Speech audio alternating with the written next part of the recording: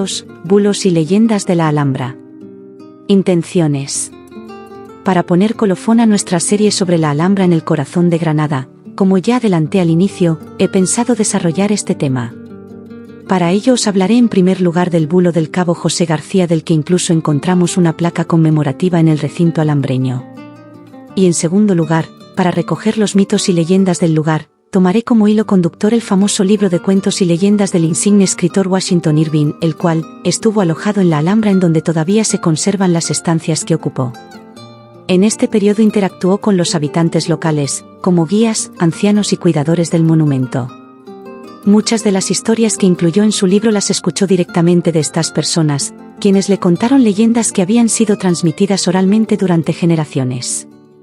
Algunas de estas leyendas tienen raíces en la cultura morisca y granadina, e Irving las adaptó al estilo romántico de la época.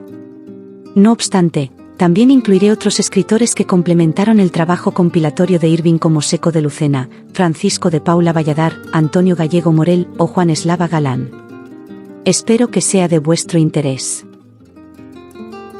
El bulo del cabo José García.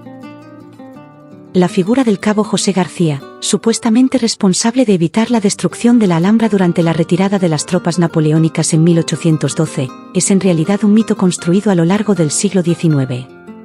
Aunque los franceses intentaron destruir parte del monumento al abandonar Granada, no hay pruebas documentales de que alguien interviniera para apagar la mecha de los explosivos, y la historia de este supuesto héroe es una invención literaria posterior. Los hechos reales indican que, tras ocupar Granada en 1810, los franceses gobernaron y saquearon la ciudad durante más de 2 años. Al verse obligados a retirarse en septiembre de 1812, siguiendo su estrategia militar habitual, decidieron destruir infraestructuras clave como la fábrica de pólvora de El Fargue y volar partes de la Alhambra, especialmente torres utilizadas como almacenes militares. Sin embargo, los palacios nazaríes no sufrieron grandes daños. A pesar de la magnitud de los destrozos, las razones por las cuales no se produjo una destrucción mayor siguen sin estar claras. Se especula si la pólvora se humedeció o si la cadena de explosiones ampliamente falló. El mito del cabo José García surge en 1843 con el libro Viajero en Granada de Miguel Lafuente Alcántara, donde menciona de pasada que un cabo de inválidos habría cortado las mechas que unían las minas con los explosivos, evitando así la destrucción total de la Alhambra. Esta mención sin pruebas documentales fue retomada y ampliada por autores posteriores como José Jiménez Serrano, 1845, quien agregó la fecha del 15 al 16 de septiembre de 1812 a la historia, y Francisco de Paula Valladar, quien intentó rastrear la existencia de José García sin encontrar evidencia alguna en archivos oficiales. A lo largo de los siglos XIX y XX, la historia se fue consolidando en el imaginario colectivo, especialmente gracias a escritores románticos y cronistas que difundieron la leyenda sin cuestionarla.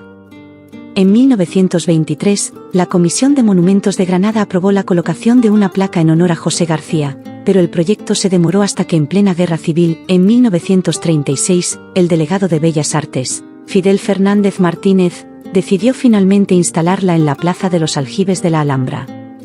Desde entonces, la historia del cabo José García ha sido asumida como parte del folclore granadino, repitiéndose en libros y relatos turísticos.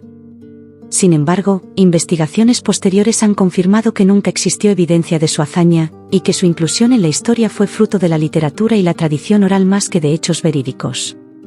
A pesar de esto, su nombre ha quedado grabado en el monumento, perpetuando una leyenda que sigue fascinando a locales y visitantes. La leyenda del legado del Moro. En este capítulo, Irving nos introduce en una de las tantas leyendas de tesoros ocultos dentro de la Alhambra. La historia comienza con un anciano moro que, en su lecho de muerte, confía a un cristiano el conocimiento de un tesoro escondido, legado de sus antepasados.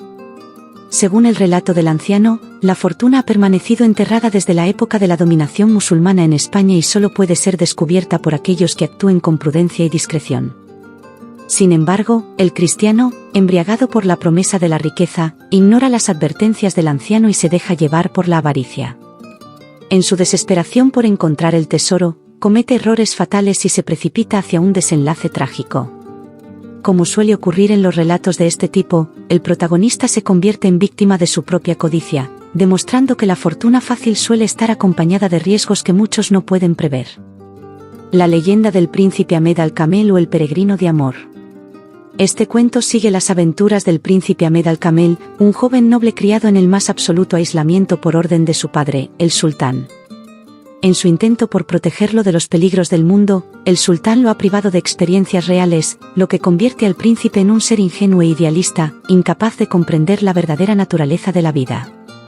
Sin embargo, Ahmed es impulsado por un sentimiento que trasciende la lógica y la razón, el amor.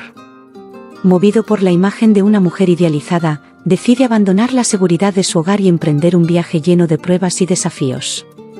En su travesía, enfrenta adversidades que lo obligan a madurar y a comprender que el amor no es solo una fantasía, sino una experiencia que requiere esfuerzo, sacrificio y crecimiento personal. La leyenda de las tres hermosas princesas. Este capítulo cuenta la historia de tres princesas moras, Zaida, Zoraida y Zorajaida, que han sido confinadas en una torre de la Alhambra por orden de su padre, el sultán. Temeroso de que sus hijas caigan en manos de los cristianos, el sultán las mantiene en un aislamiento casi total, limitando su contacto con el mundo exterior. Sin embargo, la reclusión solo aviva el deseo de las jóvenes de conocer la libertad y el amor. El destino cambia cuando tres caballeros cristianos descubren la existencia de las princesas y logran establecer contacto con ellas. Poco a poco, surge una historia de amor prohibido que lleva a las hermanas a planear una arriesgada huida. Dos de ellas logran escapar con sus amantes, pero la tercera, Zoraida, es incapaz de desafiar las normas impuestas y, en un acto de miedo y resignación, decide quedarse en la torre, condenándose a una vida de soledad y melancolía.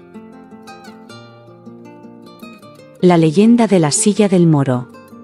Se dice que, en los últimos días del reino nazarí de Granada, el sultán Boabdil solía retirarse a un cerro cercano a la Alhambra, conocido hoy como la Silla del Moro. Desde allí, contemplaba la fortaleza y la ciudad, sumido en la tristeza y la impotencia ante el avance cristiano.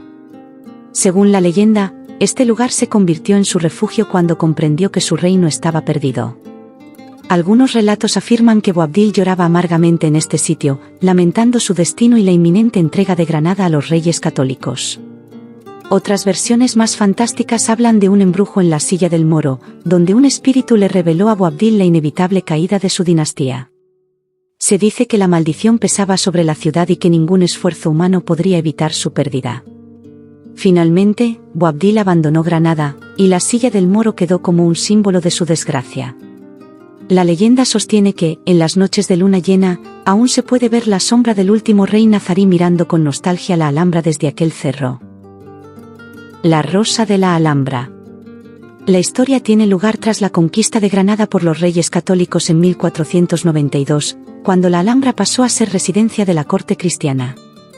En este nuevo contexto, la leyenda gira en torno a una joven de excepcional belleza conocida como Rosa de la Alhambra, nombre que hace referencia tanto a su hermosura como a su relación con los jardines del palacio. Esta joven, hija de un caballero que sirvió en la conquista, vive con su familia en una de las casas de la Alhambra.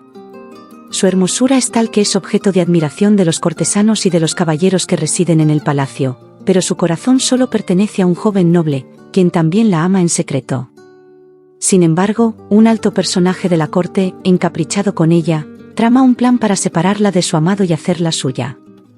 La intriga y la conspiración se apoderan de la historia, llevándola a un desenlace trágico.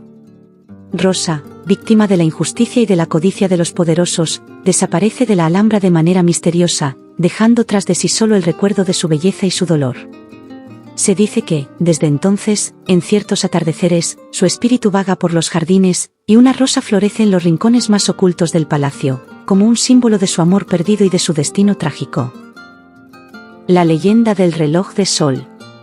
En la Alhambra existía un reloj de sol mágico que solo funcionaba cuando el sol iluminaba un determinado mosaico.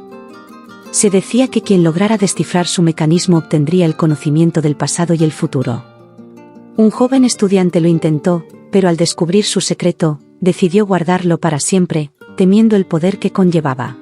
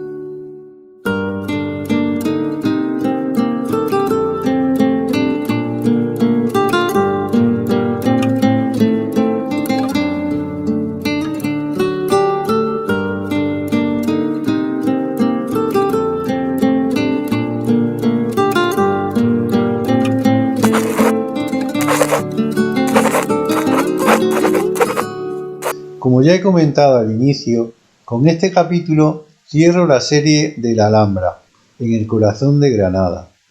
Igual que la serie anterior, he contado con vuestro apoyo, el cual se ha plasmado en el aumento de los suscriptores de mi canal, ya que ya se han rebasado los 400, por lo cual os estoy muy agradecido.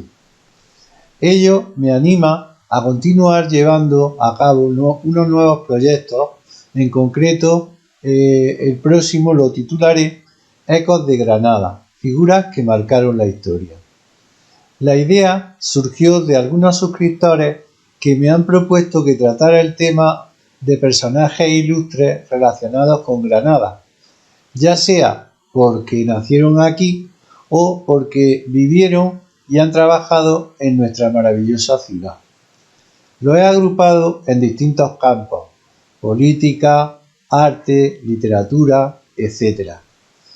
Evidentemente, he hecho una selección en la que, por supuesto, quedan fuera muchos otros que se merecerían estar en ella, pero comprenderéis que no puedo abarcar todos.